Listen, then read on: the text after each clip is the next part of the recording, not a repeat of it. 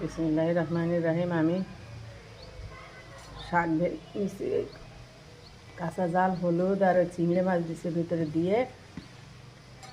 এবার আমি এই শাকগুলো দিয়ে দিচ্ছি। গ্রামের শাক, খুব সুন্দর নরম শাক, তুলতুলে শাক। সেদ্ধ করে নিয়ে পেঁয়াজ রসুন দিয়ে তেলের উপর দেবো।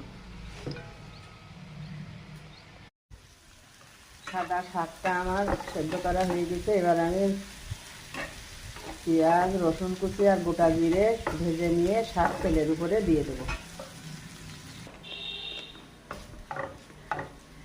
আমার পেঁয়াজ রসুন ভাজি হয়ে গেছে, এই যে আমার শাক ভাজি। এবার দিয়ে নাড়াচাড়া করে নামিয়ে নেব। শাক ভাজিটা কেমন হলো সেটা কমেন্টে জানাবেন। নতুন যারা দেখবেন ইউটিউবে সাবস্ক্রাইব করে দিয়ে পাশে থাকবেন।